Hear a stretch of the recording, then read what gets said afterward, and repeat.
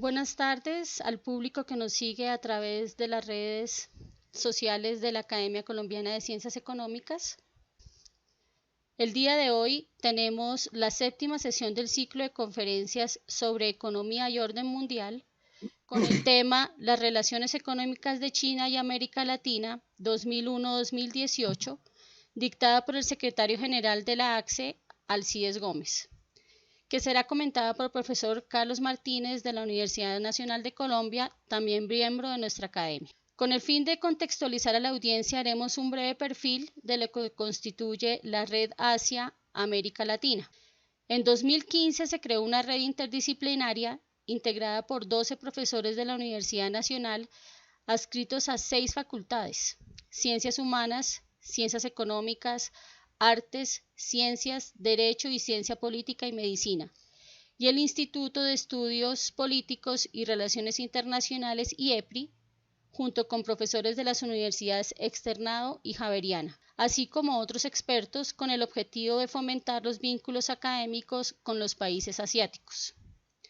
Así, la red realiza actividades de docencia, investigación y extensión y se conforma como un grupo de investigación en 2016, año en el que publica su primer libro titulado Entre osos y dragones, miradas transdisciplinares sobre la realidad de Asia. Varios de los profesores miembros dictan asignaturas relacionadas con Asia en diferentes disciplinas del conocimiento y realizan conferencias y cursos de extensión. En 2020, la Red Asia desde el IEPRI estableció una alianza estratégica con la Academia Colombiana de Ciencias Económicas, en el que realiza un ciclo de conferencias sobre Asia a lo largo de todo el año para dar a conocer el tema asiático.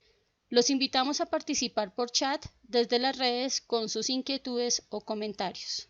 A continuación, damos la palabra al profesor Carlos Martínez, quien hará la presentación del doctor Alcides Gómez. Muchas gracias y saludos para todos.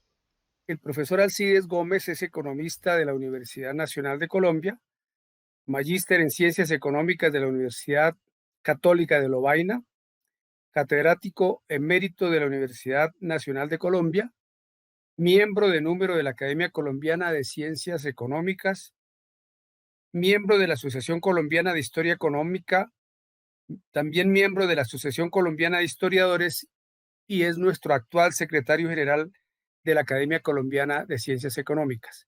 Tiene la palabra profesor Alcides para hacer su presentación. Gracias, profesor Carlos Martínez. Bien, esta presentación se originó en un sabático que me concedió la Universidad Nacional en la sede de Medellín y lo realicé en la Academia Colombiana de Ciencias Económicas entre mayo del año pasado y abril de este año. El formato es un poco distinto. Voy a hacer un formato para ir rápido y el formato es compartir con ustedes esta lectura. Bueno, extraída de una lectura, pero al final es también una lectura en este momento. Se compone de 3 partes. Una visión global que contextualiza el crecimiento económico en el siglo XXI, es decir, en estas 2 décadas. En un segundo punto nos ocupamos del comercio internacional entre América Latina y el Caribe y la China, comercio de importación y exportación. Y el punto 3, con el cual terminamos, es la inversión extranjera directa de China en Latinoamérica. En la parte de conclusiones, realmente es donde se extrae digamos, la argumentación que se sustenta en los hechos que vamos presentando. Así que entonces, lo primero es señalar unos contrastes. Primero, el ingreso anual por habitante en 1950 de la China era de $448, menos de una quinta parte que el de América Latina y el Caribe, ya pobre, y que estaba en $2.510. Segundo, la pobreza en China en 1980 era del 98% y en 2018 tuvo cero pobreza. Y menor del 1%, la pobreza extrema que afecta a la población en estado de miseria o indigencia, según el Banco Mundial. En América Latina, para 2018, la población bajo línea de pobreza era cercana al 30% y de algo más del 10% la población en situación de pobreza extrema, según la CEPAL. Diferencia. En China se elimina la pobreza. En América Latina se reduce. Coincidencia histórica y diferencias entre América Latina y China. Por los años 80, ambas entran en la globalización, pero lo hacen de manera muy diferente. Primero, China se apoya en la planeación de largo plazo para promover la inversión en áreas estratégicas y promueve la provisión de bienes públicos, salud y educación, por su incidencia en la productividad y en el nivel de vida, mientras América Latina abandonó su débil planeación indicativa. Segundo, China amplía su mercado interno y externo. Por el contrario, América Latina, en distinto grado, invisibiliza a la población pobre en su proyección económica potencial y el mercado interno solo cuenta por su crecimiento vegetativo. Tercero, China supo atraer capital foráneo en manos de la comunidad china en el extranjero, los antagonistas de la guerra civil de más de 3 décadas, para capitalizar su proceso de acumulación. América Latina hace la operación contraria. El capital de los nacionales busca en el exterior oportunidades para su rentabilización ante el anémico crecimiento de su mercado interno. Cuarto, China adelantó una original revolución industrial, objeto de estudio en los Estados Unidos y conocida como la nueva etapa de la teoría o teoría embriónica del desarrollo.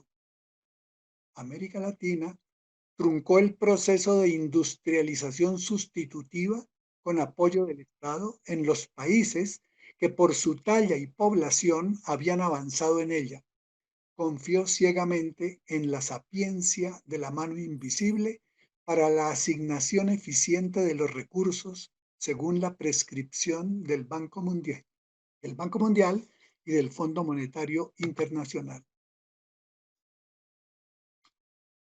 Acuerdos formales y desacuerdos de facto. Primero, el acuerdo marco más importante entre China y América Latina fue la Declaración de Beijing y el Plan de Acción de la Comunidad de Estados Latinoamericanos y del Caribe, CELAC-China 2015-2019, que planteó promover el desarrollo de la cooperación integral China, América Latina y el Caribe, caracterizada por la igualdad, el beneficio mutuo y el desarrollo compartido.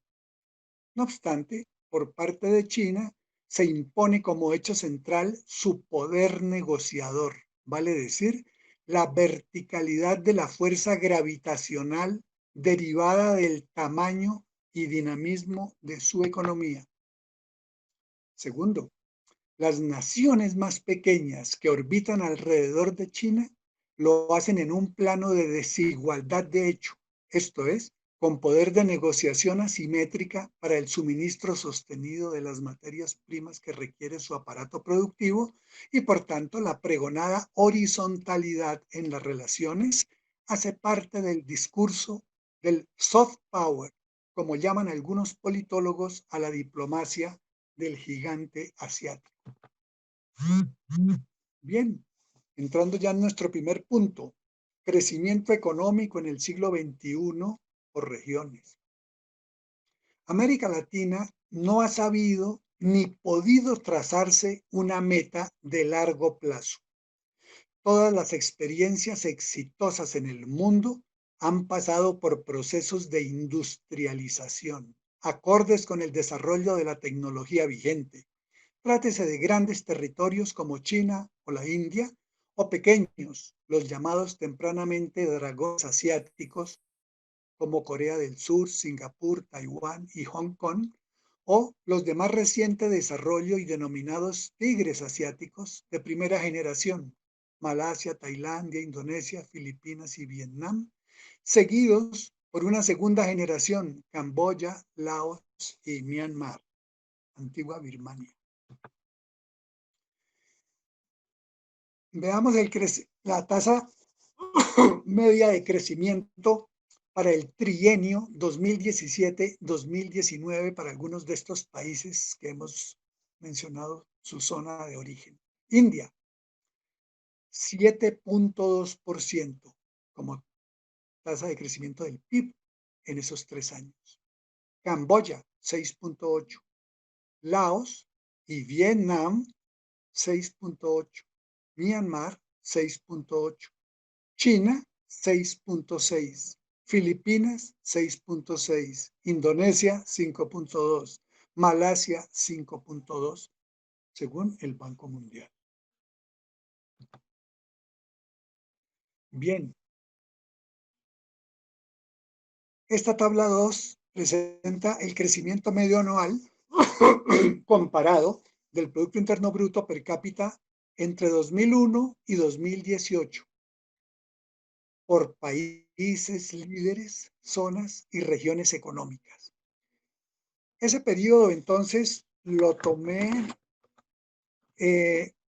digamos, lo dividí en 3 subperiodos, donde el criterio central fue la recesión generalizada de 2008-2009. Entonces el periodo anterior es 2001-2007. El periodo posterior 2014-2018. Y situó a China para señalar cómo tuvo una desaceleración en su tasa de crecimiento de casi el 11% en el primer subperiodo, desciende a algo más del 9% en el segundo y sigue disminuyendo al 7% en el tercer subperiodo. Estados Unidos, como referencia, que es la potencia mundial número 1, 2.35 en el periodo 2001-2007. Es decir, que antes de la crisis del 2007, ese crecimiento de los Estados Unidos era mediocre y continuó así en el periodo siguiente, para la crisis la caída es muy fuerte, a menos del 1%, al 0.7%, y una recuperación mediocre con el 2% en ese tercer subperiodo 2014-2018. La OCDE, similar, aunque un poquito por arriba. Y lo que nos interesa, Latinoamérica y el Caribe, 3.44% en ese primer subperiodo, baja al 3% y tiene una caída al 1.1% en el último subperiodo. Lo que nos interesa es ver las tendencias de tal manera que, por un lado, China tiene una desaceleración, pero un crecimiento del 7%, el del año pasado fue del 6%, eso significa que dobla el tamaño de su economía, el tamaño de su PIB en 12 años. Y si los Estados Unidos crecieran al 2.4, le tomaría el doble, 24 años para doblar el tamaño de la suya. Latinoamérica y el Caribe, la tendencia es gravísima, es descendente, vamos mal. Y lo más grave es que a quienes piensan que no están mal en el conjunto de América Latina, que es el que le ha ido menos mal, entonces allí hay que enseñarles que lo que pasa es que el resto del mundo marcha más rápido que América Latina. Entonces estamos en esa situación. Bueno, el gráfico sí toma año por año y allí ustedes pueden ver, por ejemplo, la crisis del 2008-2009, cómo pegó de duro, donde salvo China,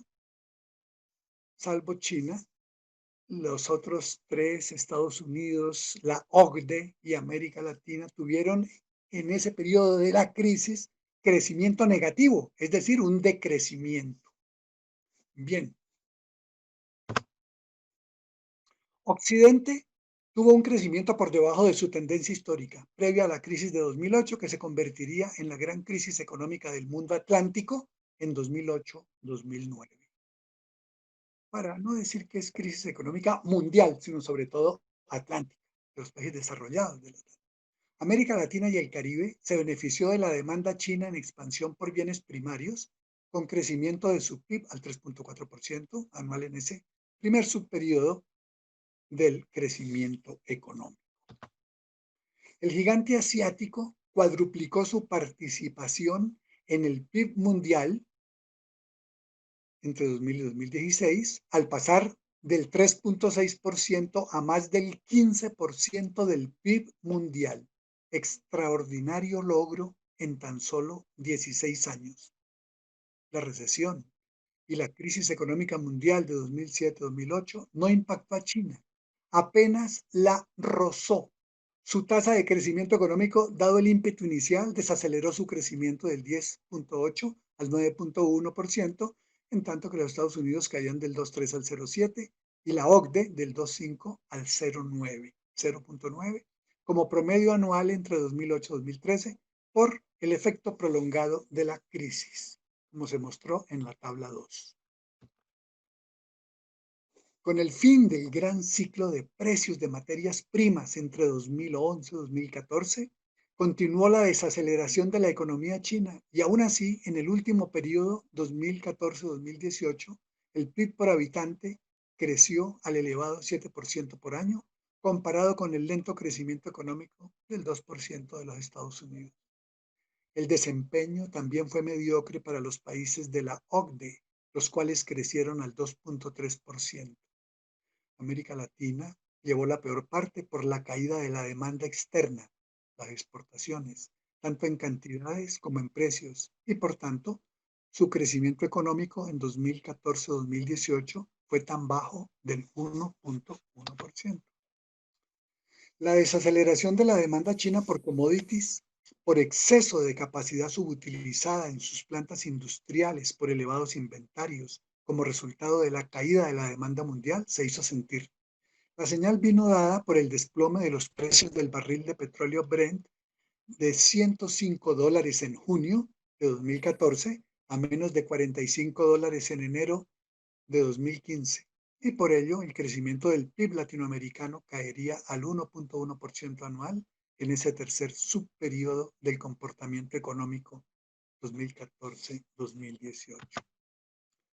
Se observa también el movimiento de ampliación de sus capacidades productivas dentro y fuera de China mediante obras de infraestructura de distinto tipo, de transporte y comunicaciones para movilizar en primer término tales recursos y a la vez que estos países en vías de desarrollo estén en capacidad de asegurar suministros de materias primas a China para su pujante economía.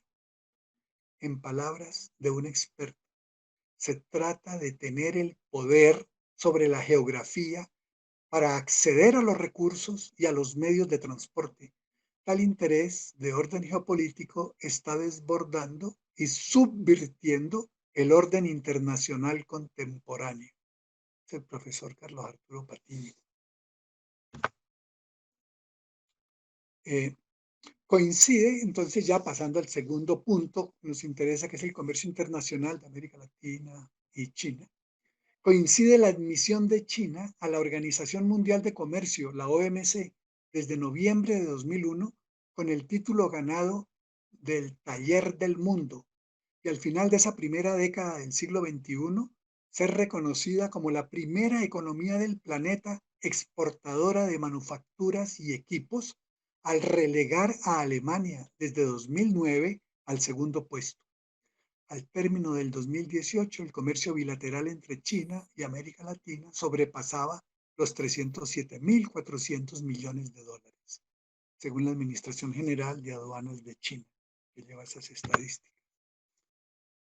Con relación al aumento en el total de las importaciones de América Latina en el periodo 2014-2018 respecto al segundo subperíodo, fue muy moderado, del 35%.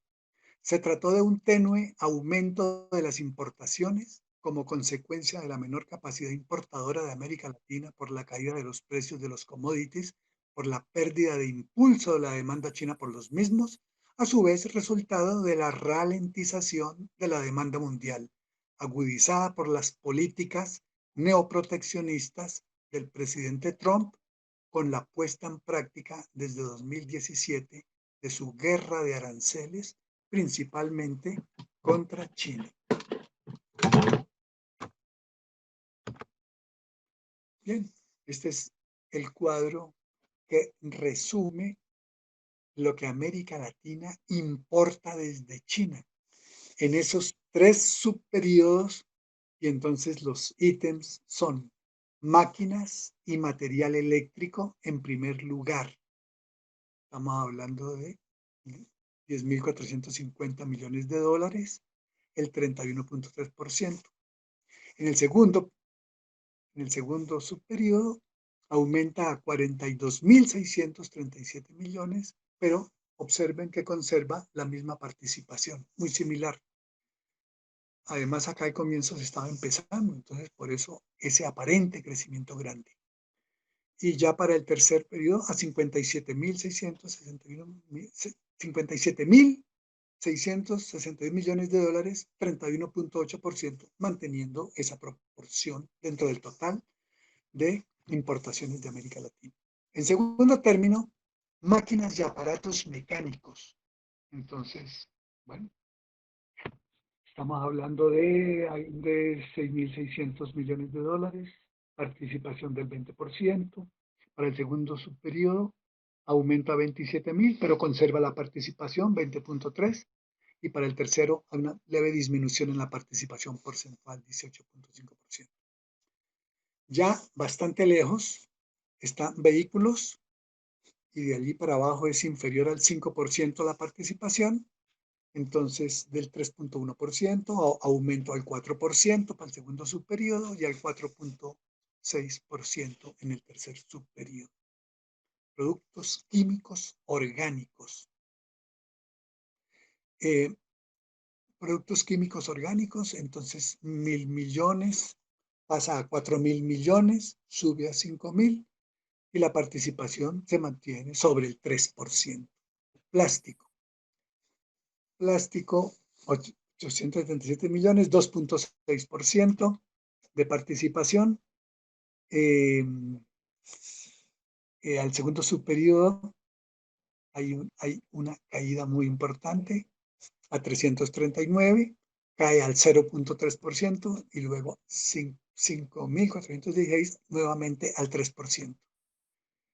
La explicación que he visto es que para ese segundo subperiodo, esa caída, se explicaría por nerviosismo de las casas importadoras de materias primas y que eso habría originado esa caída. Bien, en plásticos. Y otros, que es cualquier cantidad de manufacturas y de bienes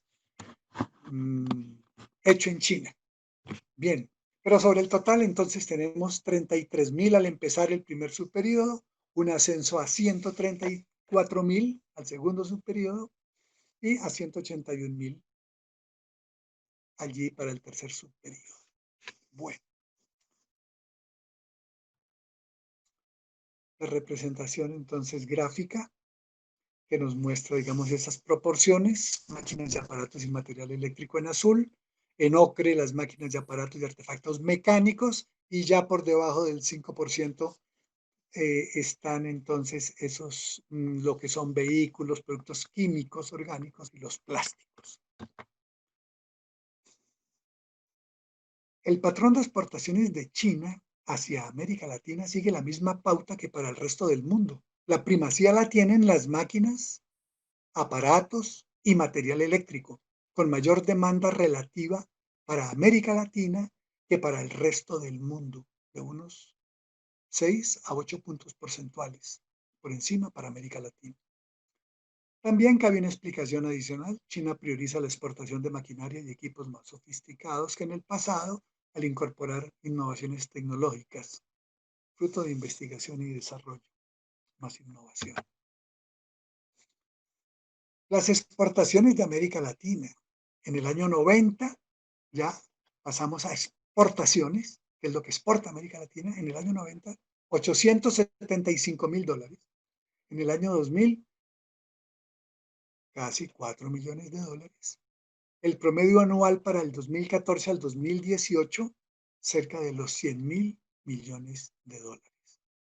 En el siglo XXI, el primer periodo de precrisis mundial entre el 2001 y el 2007 muestra cifras pequeñas en correspondencia con la iniciación de operaciones comerciales donde ya se destacan insumos para la industria y la agroindustria. Recuerden que la apertura china es justamente en los 80, de tal manera que en los 90, pues por eso esos datos son tan bajos. Para la industria, los más destacados son minerales metalíferos, con exportaciones por un valor superior a los $4.000 millones como media anual. Cobre y sus manufacturas por valor de $2.300 millones. Combustibles y aceites minerales por cifra cercana a los $1.100 millones. Los insumos como pasta de madera y papel para reciclar sobrepasaron los 600 millones. Otra agrupación está compuesta por semillas y frutos, principalmente soya, llegó a los $3.000 millones. Y en otros, que representó una tercera parte del total en el primer periodo, quedó finalmente alrededor de una quinta parte en los dos subperiodos siguientes. De modo que el total exportado por América Latina en ese primer subperiodo 2001-2007 de precrisis mundial y de inicio de operaciones comerciales con China fue por un total de $16.808 millones. Se trató de un nuevo mercado en expansión que se abría a la región e impactaría el PIB de América Latina, que creció en ese lapso con una media anual del 3.4%, casi un punto porcentual por encima del crecimiento de la OCDE, mostrando la estrecha relación que tienen las exportaciones con el desempeño del PIB. Bien, entonces ese cuadro resumen de los tres subperíodos de las exportaciones de América Latina hacia China. Metales metalíferos. Veamos simplemente la participación porcentual. Es una cuarta parte, 25%. Al periodo siguiente aumenta al 33% y luego baja al 27% en el último subperiodo. Semillas y frutos. Semillas y frutos. Participación del 18%, 19%, 22%. Combustibles y aceites minerales, una participación del 6.4%, aumenta al 9.4% y aumenta al 18%. Interesante ver cómo combustibles y aceites minerales tienen ese aumento muy marcado. Cobre y sus manufacturas, participación del 13%, del 15%, del 10%. Cuando mira uno en perspectiva a los 18 años y ve esa tendencia a la disminución en las exportaciones de cobre y sus manufacturas, necesariamente hay que pensar en la sustitución tecnológica de nuevos materiales que sustituyen al cobre. Bueno, pasta de madera y papel para reciclar, se mueven sobre el 3%, casi al 4%. Bueno, total, primer subperiodo, $17.000 millones, con aumento en el segundo subperiodo a $70.000 millones, pero no tiene mucha gracia porque aquí se estaba apenas empezando, y en el tercer subperiodo de 70.000 a 98.000 millones de dólares. Bueno, la representación entonces claramente los minerales metalíferos, escorias y cenizas en azul, bien marcado, digamos, claramente mostrada la tendencia de ascenso en el primer subperiodo, ascenso y disminución, y continúa hasta el tercer subperiodo, hasta casi la mitad del tercer subperiodo, y nuevamente una recuperación. Bien. Combustibles y aceites minerales, es muy interesante ver ese ascenso que tiene. Tiene su caída aquí en la crisis del 2008-2009. Aquí otra en 2014, caída, pero nuevamente recuperación. Bien. Cobre y sus manufacturas, ese ascenso hasta hasta el segundo subperiodo, pero luego una caída, pero es una caída de todas maneras. Bien, y que se leve tendencia a la baja, pero va disminuyendo, pasta de madera y papel o cartón. A partir del segundo subperiodo 2008-2013, que inicia con la recesión y crisis económica mundial, las exportaciones de América Latina a China cuadruplican su valor, amortiguando los efectos de la crisis mundial en la subregión, gracias al aumento tanto del quantum exportado como al aumento de los precios de exportación de las materias primas por la expansión de la demanda china. Época conocida como la del superciclo del precio de las materias primas. En orden de importancia, el principal ítem de exportación de América Latina fue de recursos minero-energéticos, ávidos por la economía china, que apenas en 2012 iniciaba su desaceleración. Un gran crecimiento de este segundo subperiodo, 2008-2013, correspondió a minerales metalíferos, que multiplicó por 5.6 veces su valor exportado. El cobre y sus manufacturas multiplicaron por 4.7 veces el valor exportado. Combustibles y aceites minerales aumentaron valor por 6 veces, pese a que el fin del superciclo de precios había iniciado en 2011. Las exportaciones de América Latina a China son más concentradas en bienes primarios, insumos agroindustriales y minero-energéticos, que las que se hacen al resto del mundo. Estas últimas no llegan al 50% de los envíos a China. 5 ítems representan alrededor del 70% de las exportaciones de bienes primarios de América Latina con destino a China. Porotos de soya, minerales de cobre y sus concentrados, minerales de hierro y sus concentrados, cobre refinado, cátodos de cobre y petróleo. Recíprocamente, ese patrón exportador de América Latina se replica para las manufacturas. Enviamos a China manufacturas con nivel tecnológico bajo, medio y alto, que representan menos del 8% del valor total regional exportado a China. Pero realmente de nivel tecnológico alto se debe a México. México tiene, digamos, un porcentaje interesante que sobresale pues del resto de América Latina. Al resto del mundo, dicho porcentaje es muy superior, lo cual es indicativo de exportaciones intrarrama industrial con mayor valor agregado. Es decir, es curioso, pero lo más tradicional son nuestras exportaciones de productos primarios, insumos agrícolas y mineroenergéticos a China. Al resto del mundo es más diversificada esa exportación con mayor nivel tecnológico, no exportación tan en bruto como a China. Brasil y Argentina concentran más de las 3/4 partes de las exportaciones agropecuarias al gigante asiático.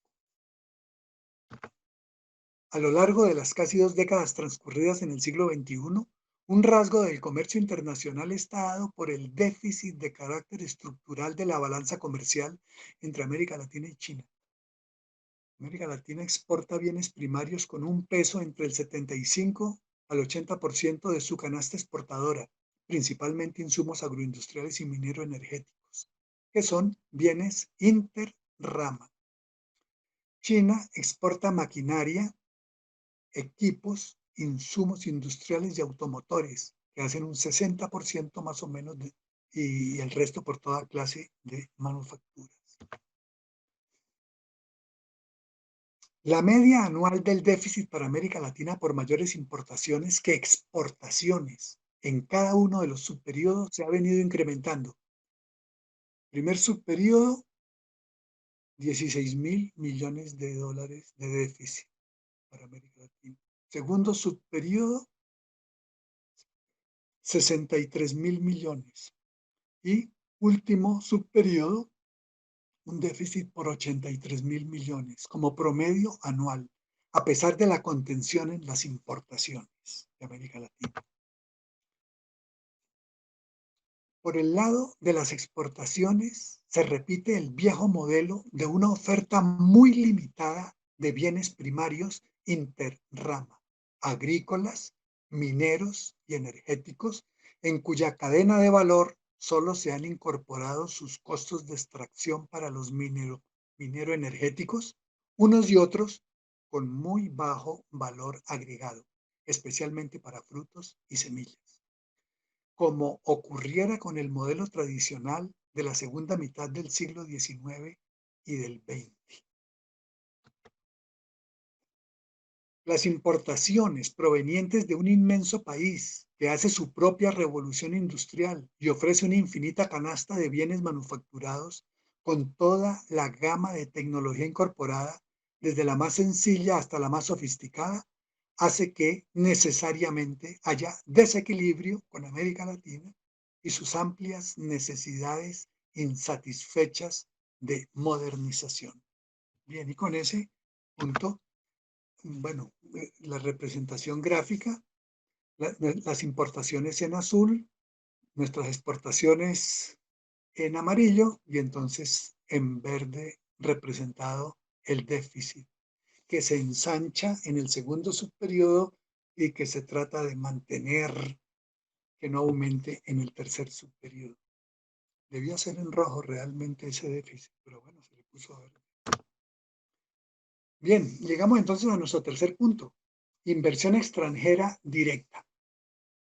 Los datos para la mayoría de los países, 21, integrantes de América Latina, que han sido receptores de inversión extranjera directa proveniente de China entre 2005 y octubre de 2017, pueden ser clasificados en tres grupos.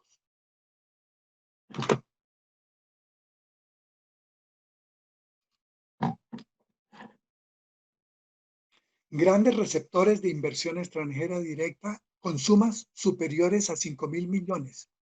Brasil, 66.000. Perú, 20.000 millones. Argentina, 11.000 millones. Y México, 6.700 millones.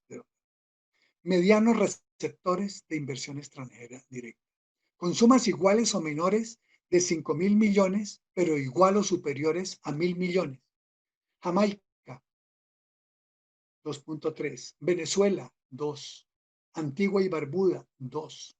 Ecuador, 1.9. Cuba, 1.4. Guyana, 1.3. Colombia, 1.1. Trinidad y Tobago, 1.1. Pequeños receptores de inversión extranjera directa con sumas menores a 1.000 millones. Panamá, 700.000 millones. Costa Rica, 700.000. Bolivia, 500.000. Chile, 400.000. Nicaragua, 300.000. Paraguay, 200.000. Uruguay, 200.000.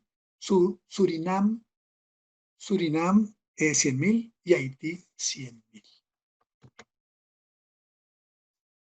Este es un cuadro que nos muestra la inversión extranjera directa de China en el mundo entre el 2004 y el 2018, como media anual en millones de dólares. Entonces tenemos en primer lugar Asia para los tres subperiodos, realmente muy baja. Observen ustedes en el primer subperiodo, va en aumento, multiplica por 3 para el segundo subperiodo y dobla, algo más que dobla para el tercer subperiodo, pero al final Asia es su espacio natural y entonces tiene la mayor inversión extranjera directa, está en Asia, 107.000 millones. América Latina en segundo lugar, arrancando con 6.000 millones, aumentando a 9.000 y a 16.000. África en tercer lugar, 1.500, 3.000, 9.550 millones. Europa, 1.540, 5.371, 4.631, disminución en el último subperiodo. Y Norteamérica, 458, 2.795 a 11.694.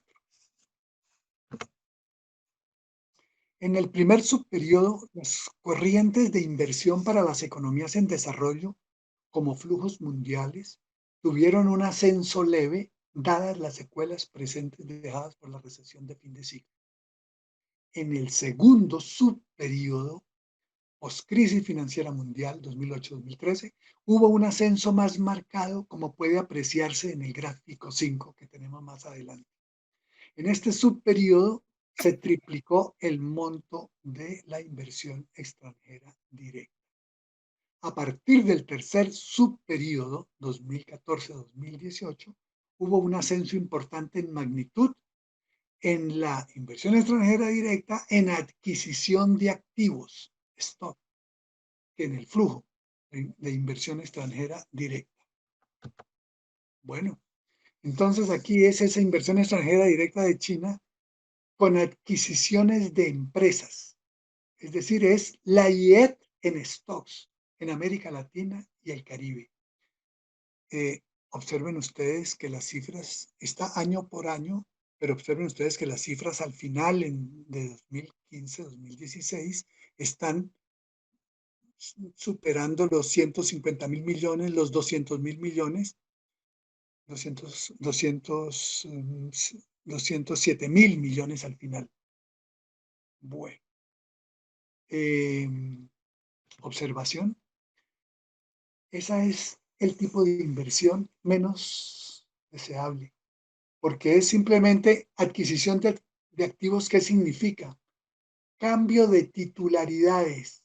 No hay generación de riqueza, es una transferencia de riqueza que para el caso pues adquieren los extranjeros, para el caso los chinos. Entonces, ese es un tipo de inversión extranjera directa que no es la más deseable. Bueno, sirve, pero no es lo más deseable. Y estos sí son propiamente los flujos de inversión extranjera directa, es decir, aquella que se hace con inversión en el lugar, ¿no es cierto? Con inversión, con construcciones, con importación de equipos, maquinaria, contratación de mano de obra, servicios, etc. Pero su monto, pues, es bastante bajo, como ustedes pueden ver. Cuando más sube entre 2016 y 2017, llegó a los 27.000 millones de dólares, pero cayó a 14.000 en el 2017. Bueno. En 2006, las salidas de inversión extranjera directa desde China representaban tan solo el 1.3 de los flujos mundiales. Y cuando estamos hablando de la IED allí, globalmente, es decir, de sus dos componentes. En 2016, dicha participación subió al 12.6%. Entre 2006 y 2016, China pudo proveer el 5% de la inversión extranjera directa, estimada en 1.8 billones de dólares que han llegado a la región, por valor de 90.000 millones, que es ese 5% del 1.8 billones. Desde 2005 hasta 2017, de la inversión de China en América Latina, Brasil recibió el 55%, Perú el 17% y Argentina el 9%. Estos tres países han captado el 81% de la inversión extranjera directa de China en América Latina. Inversión extranjera directa en energías renovables y no renovables. Por regiones de origen, los anuncios de inversión de China en energías renovables, generalmente llamadas energías limpias, fue así en porcentajes, entre el 2005 y el 2017. En la Unión Europea, 63%. En América del Norte, 22%. Otras economías de Asia y el Pacífico, 6%. América Latina y el Caribe, 4%. China y Hong Kong, 2%. Realmente China, aquí se refiere a Taiwán, ¿cierto? Y Hong Kong. Hoy, después de las negociaciones que hubo desde finales del siglo pasado con el Reino Unido, entonces ambas son parte de China, pero con un estatuto especial, es decir, con un respeto al sistema capitalista plenamente que tienen ambas. Y bueno, y las fricciones de ahora ponen de presente esas tensiones, pero ya no se la considera, pues antes se la llamaba China también, pero bueno. Europa y otros, dos, Europa, otros, porque ya estaba Europa, Unión Europea, que tenía el 63%, de Europa Central y del Este, 2. Y África y Oriente Medio, 1%.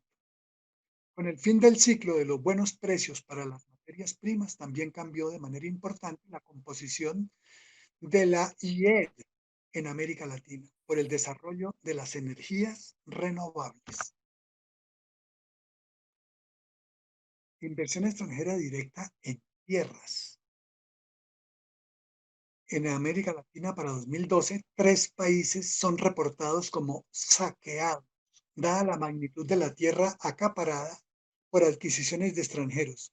En estas transacciones se trata de Brasil con 125.5 millones de hectáreas, Argentina con 63.1 millones de hectáreas y Uruguay con 34.6 millones de hectáreas, según Saskia Sassen.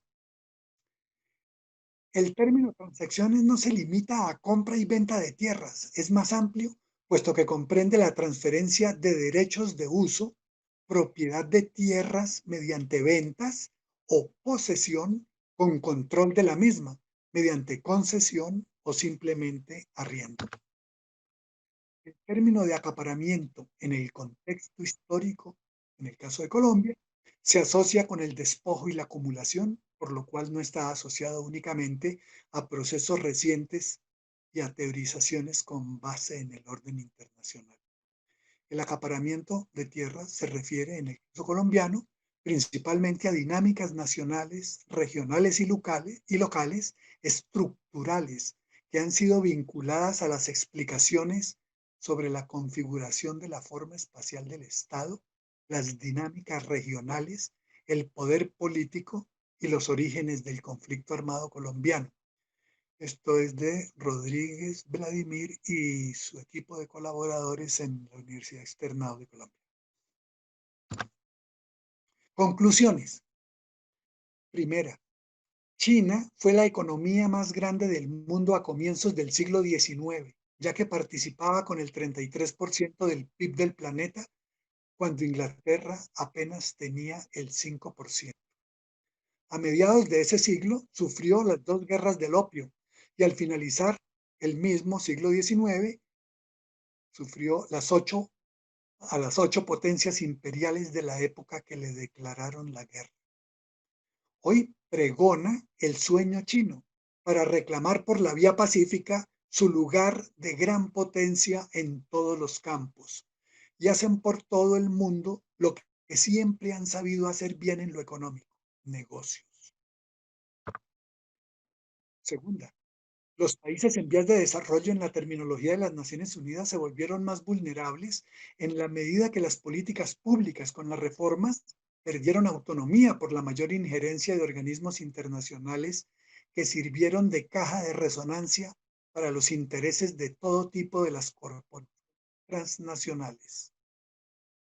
Este cambio fue posible en América Latina por la anuencia al más alto nivel de los tomadores de decisiones que no supieron honrar la primacía del interés público por ser ellos mismos beneficiarios privados del nuevo orden económico que vino con la globalización. Tercero, se ha dicho que las economías más dinámicas de América Latina han caído en la trampa del ingreso medio, que ralentiza el crecimiento económico por largos periodos y, por tanto, impide la convergencia con el ingreso medio de los países desarrollados.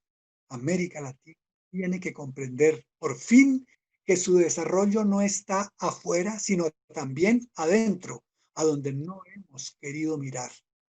Es la combinación, empezando por la educación masiva en todos los niveles para apoyar la ciencia y la tecnología, la innovación, como apoyo fundamental de un proceso económico vigoroso que hoy tiene a la industrialización como columna vertebral. Perdón, ¿qué pasó aquí? Falta una. Bueno, me faltó. La cuarta, la última. El problema de América Latina no radica en una falta de reflexión acerca de la tarea para colocarse en una senda de crecimiento económico con desarrollo, que le permita, hacia mediados del siglo XXI, lograr una convergencia en el ingreso per cápita con las economías avanzadas. Una educación de excelencia en todos los niveles dará frutos si y solo si se cuenta con un plan económico que movilice a la nación entera hacia tal fin, precisando qué producir, para quién producir y cómo producir, según la sabia prescripción de Aníbal Pinto. Es de preguntarse, ¿por qué el pensamiento de Raúl Prebisch y de la CEPAL puede renacer en Asia Oriental y no en América Latina, su lugar de origen?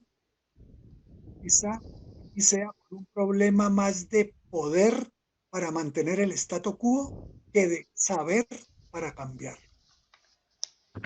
Muchas gracias. Muchas gracias, doctor Alcides Gómez, por su excelente análisis del comercio y las relaciones entre China y América Latina. A continuación, el profesor Carlos Martínez hará los comentarios de la exposición del doctor Alcides Gómez, no sin antes decir que él es economista de la Universidad Nacional de Colombia, con doctorado en Economía y Sociedad de la Universidad de París. Es stage doctorales en Geopolítica de Estados Unidos y Economía Marítima. Ha sido también profesor de las Universidades Nacional, Externado, Academia Diplomática de San Carlos, miembro de la Academia Colombiana de Ciencias Económicas e invitado de las universidades de Harvard, Nacional Autónoma de México, Central de Venezuela, entre otras. Maneja y domina las áreas de investigación en referencia a la transferencia tecnológica, la integración económica latinoamericana, seguridad, defensa y geopolítica. Y entre otras es miembro de las comisiones de vecindad con Venezuela, Ecuador y Jamaica. Gracias. En primer lugar, felicitar al profesor Alcides por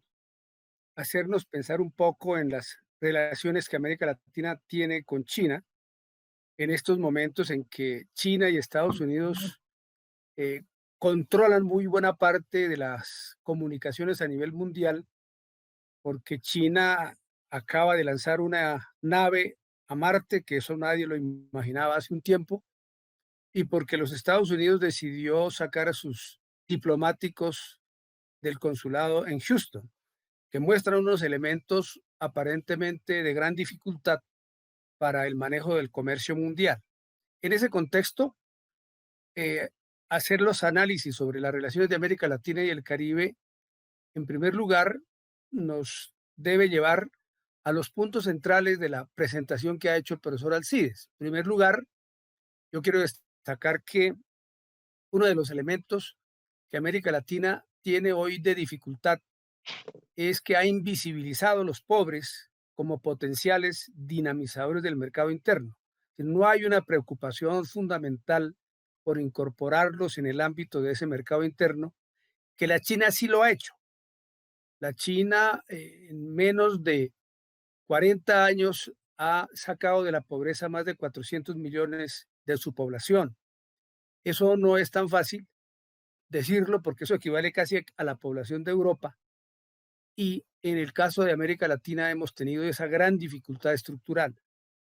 Por otro lado, ratificar lo que el profesor Alcides ha mencionado, las relaciones comerciales de América Latina tienen un patrón que se mantiene dependiente de las exportaciones de productos primarios. alimentos, materias primas, agroindustriales y mineroenergéticas, e importadores de productos manufacturados, equipos y maquinaria. Seguimos con la misma historia, que exportamos productos de bajo valor agregado e importamos productos de alto valor agregado, lo que a la larga se convierte en una transferencia de valor de nuestros países a los países más desarrollados.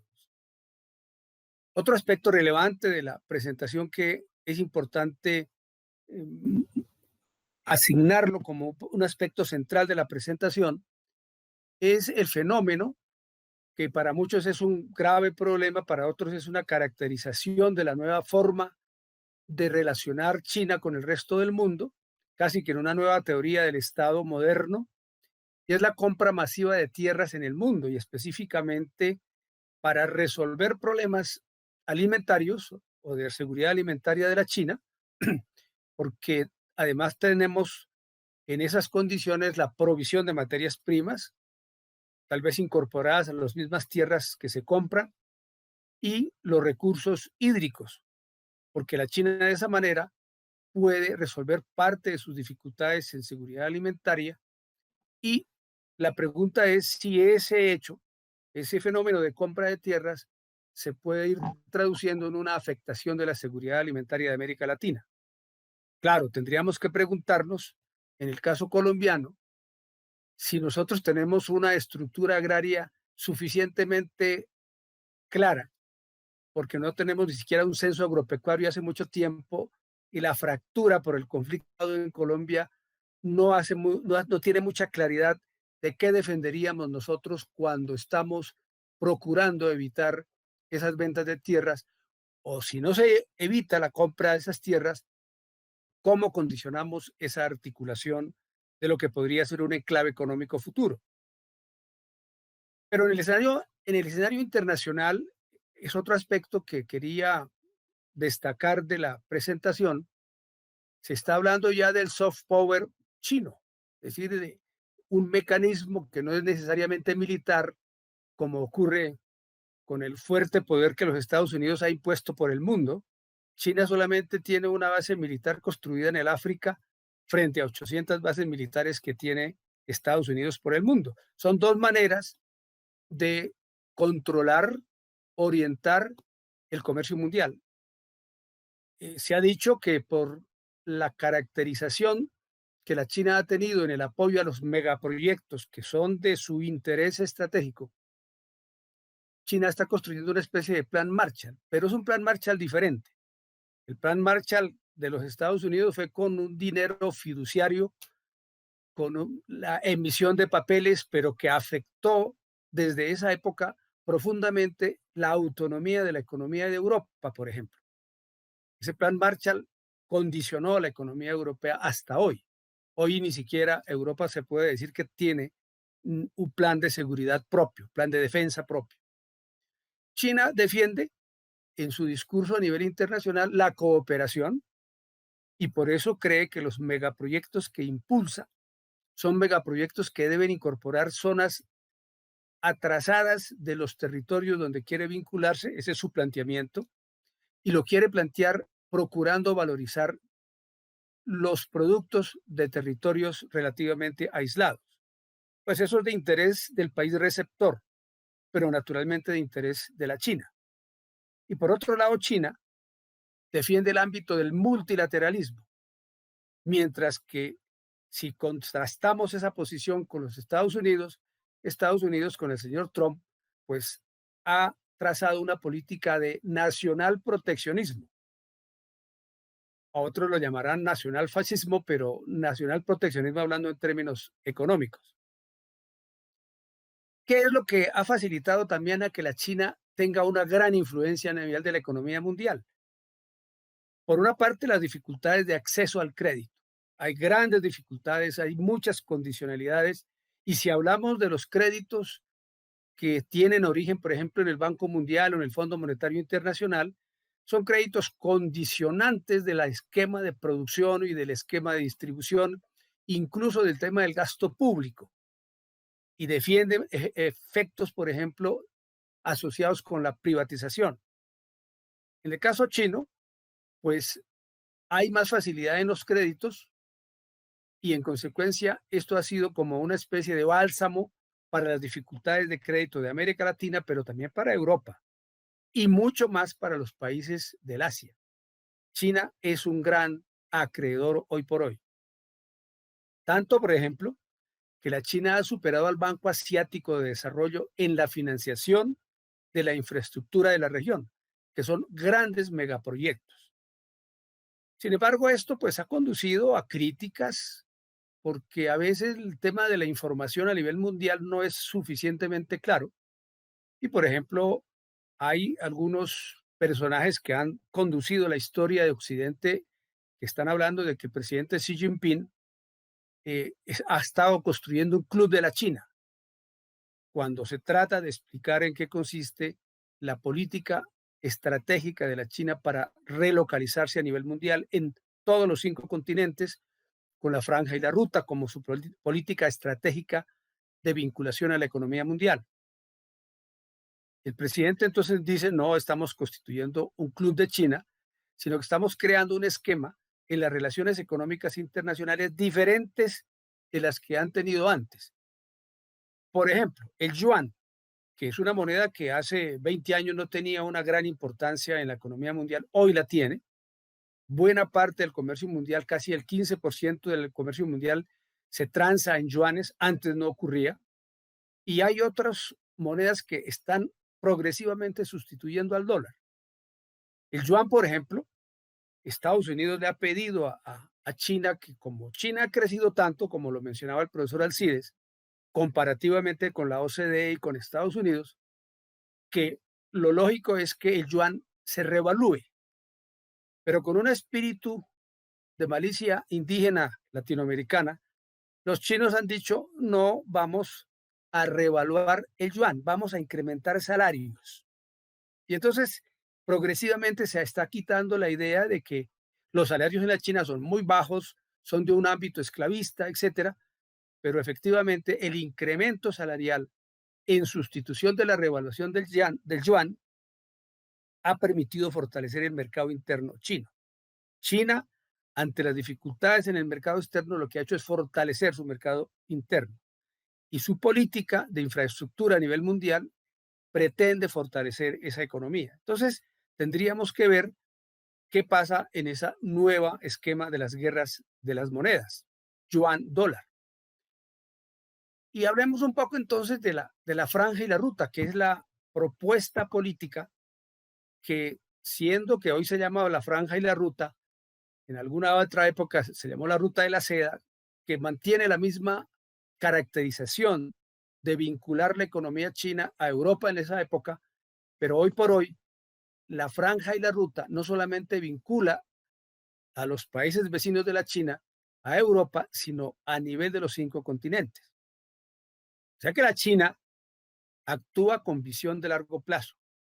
Y uno de los aspectos con los cuales está vinculándose a la vía de la economía mundial es por vía de la infraestructura física, que incluye oleoductos, gasoductos, ferrocarriles, puertos, aeropuertos, de grandes megaproyectos. Incluso para América Latina hay que decir, por ejemplo, aunque hay todavía demora y duda, está previsto un gran proyecto de un canal interoceánico de Nicaragua.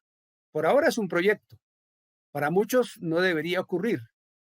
Para algunos que nunca se han acordado de San Andrés y Providencia, consideran que ese canal de Nicaragua pues afecta a la soberanía colombiana en San Andrés y Providencia. Y efectivamente puede ocurrir así, pero ese es un canal interoceánico que supera la caracterización de los canales interoceánicos anteriores, que eran de tránsito, como el del Suez y el de Panamá.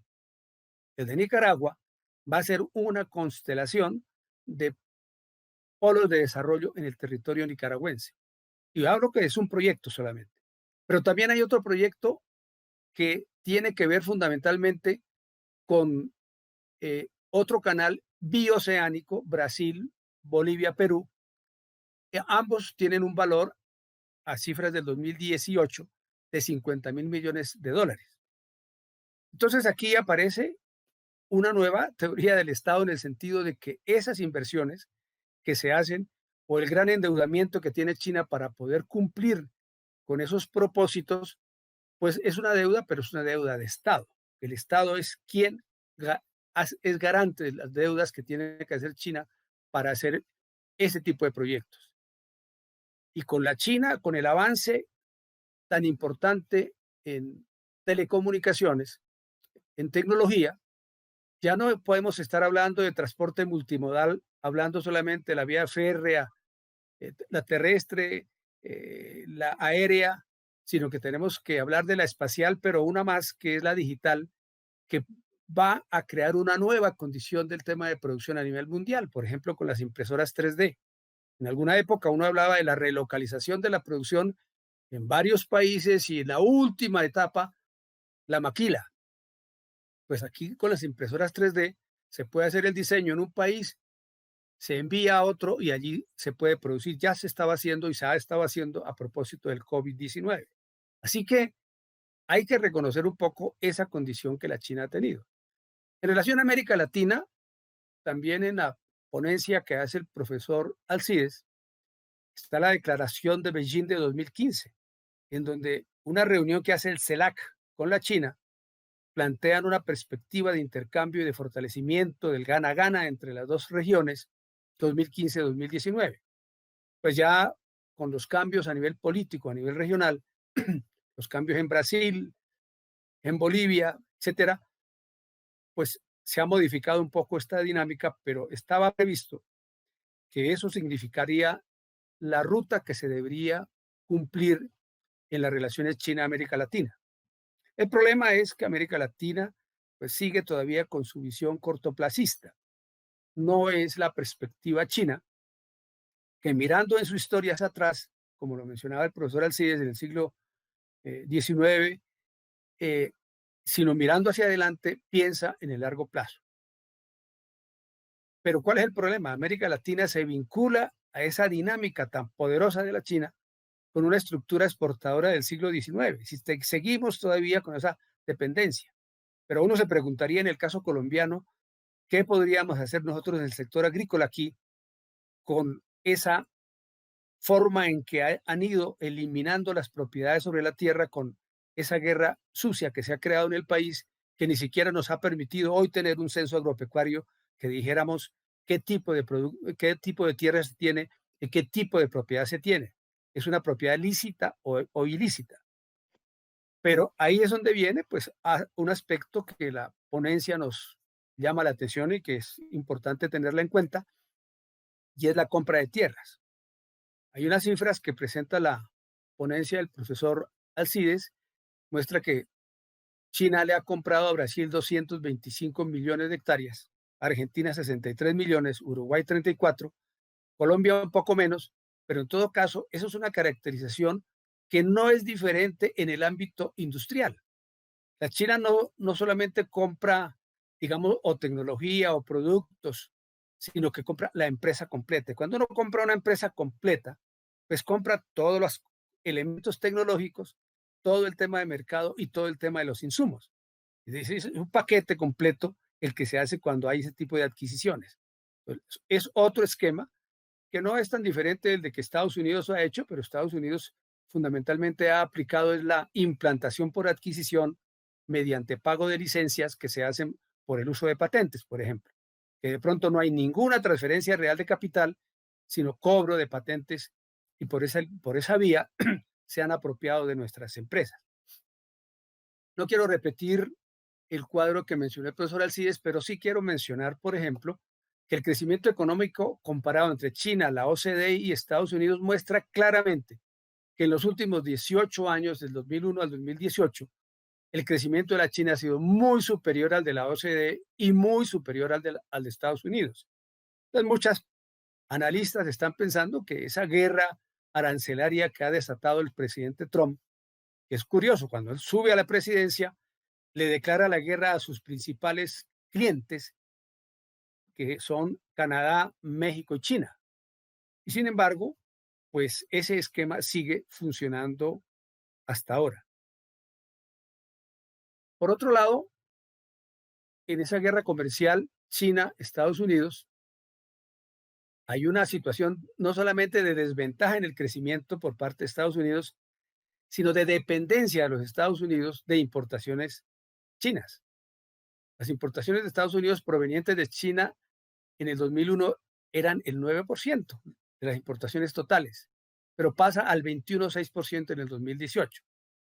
Claro que el presidente Trump pues, lo primero que hace es decir, vamos a eliminar esa balanza comercial negativa, etcétera, pero no le ha contado al mundo de que buena parte o una parte importante de las importaciones que se hacen también corresponden a empresas con inversiones de los Estados Unidos.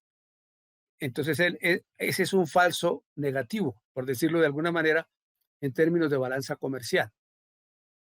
Entonces, la guerra comercial pareciera ser que es como uno de los instrumentos de política exterior, hoy por hoy, diría yo, de carácter electoral del presidente Trump.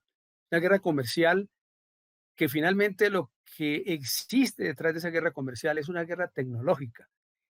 La velocidad de crecimiento en el desarrollo tecnológico y de innovación de los chinos ha sido muy superior, que se traduce en crecimiento económico también, a la de Estados Unidos y de Europa. Pero la forma y el estilo de contener esa desventaja que tiene Estados Unidos y Europa ha sido por la vía tradicional de la, comillas, amenaza externa. Desde la doctrina Monroe se habló de la amenaza externa y con ese argumento han intervenido en todos los países del mundo y de esa manera es el grado de dominio que Estados Unidos puede tener a nivel de la economía mundial. Y hoy por hoy, por ejemplo, hay dos contenciosos muy importantes, uno con Hong Kong y otro con el Mar del Sur, que puede derivar en grandes dificultades a nivel del comercio mundial. Y el comercio mundial, el 30% se moviliza por las vecindades de la China. ¿Cuáles son los megaproyectos más significativos? Y con eso quiero dar por terminado mi comentario para oír o leer las preguntas que ustedes quieran formular. Digamos que de los megaproyectos más significativos para la China, desde que se inicia su proceso acelerado en los últimos 7 años, es el corredor China-Pakistán, que es su proyecto estrella cuando le da nacimiento a esta estrategia de la ruta como mecanismo de comercio a nivel mundial. Pero hasta el 2017, China tenía 41 gasoductos en construcción, 199 centrales eléctricas, 203 carreteras a nivel mundial que cubren todos los países de los 5 continentes y se esperará que para el 2030 estén por encima de los 1,000 proyectos. O sea, es una ofensiva, digamos, que tiene una ventaja para los países receptores de esas obras, y es que procuran incorporar las condiciones de ventaja comparativa de cada uno de los países. Por ejemplo, en el caso del turismo, el chino, que es la población que más se moviliza en el mundo en términos de turismo, prefieren llegar a sitios donde puedan comer la comida local, ver los territorios locales y no el gran hotel estandarizado a nivel mundial. Eso naturalmente favorece las condiciones de las economías locales. Finalmente, quiero mencionar que Pekín es acreedor del 50% de la deuda de Kirguistán, de Laos, Maldivas, Mongolia, Montenegro, Pakistán, Tayikistán y Djibouti. O sea, China también, además de las obras de infraestructura, de la compra de tierras, también es un gran acreedor. No menciono que China es el principal acreedor de los Estados Unidos y que nadie se imaginaría qué pasaría si China en algún momento hiciera efectivo los papeles que ha comprado. Eso crearía otra gran dificultad a nivel de la economía mundial. Con estos comentarios, pues yo quería felicitar al profesor Alcides por su presentación y a nuestros asistentes, pues invitarlos a estudiar un poco más el tema chino, de manera que América Latina se prepare un poco mejor, no con la tarea que nos han dicho siempre, preparémonos para la adaptación tecnológica. Pues sí, ese puede ser un camino inicial, pero no podemos estar preparados solamente para adaptarnos, sino también para tener creación científica y técnica, y eso no se hace sin recursos y sin política pública definida. Muchas gracias. Por lo avanzado Bueno, de la hora, pensaría que no podemos hacer preguntas, pero sí valdría la pena un comentario adicional del profesor Alcides. bien, sí, yo creo que sí. Bueno, yo pienso que el profesor Carlos Martínez ha redondeado, digamos, mi propósito. Realmente me circunscribí a la cuestión de las relaciones económicas, comercio, inversión, pero él se ha referido a unos aspectos complementarios que están allí presentes. Y noto que, pues, que hay una gran, digamos, una gran convergencia en nuestros puntos de vista. Entonces, lo quiero también felicitar porque me parece que se ha cumplido con, digamos, con el propósito de dar unos elementos de reflexión para profundizar en esa temática. Yo quería decir que Colombia hoy por hoy, ante la guerra comercial con China, ha buscado beneficiarse, digamos, de los aranceles establecidos a productos chinos, de manera que Colombia pudiera sustituir a esas ventas chinas hacia Estados Unidos y poder Colombia participar allí. Pero es apenas una intencionalidad. Tampoco hay mucha claridad sobre qué productos podrían Colombia participar para sustituir, digamos, las sanciones que caracterizan al presidente Trump para referirse a la China. Muy bien. Entonces, muchas gracias a todos y a todas. Muchas gracias al doctor Alcides y al doctor Martínez. Feliz noche. Igualmente, feliz noche para todos.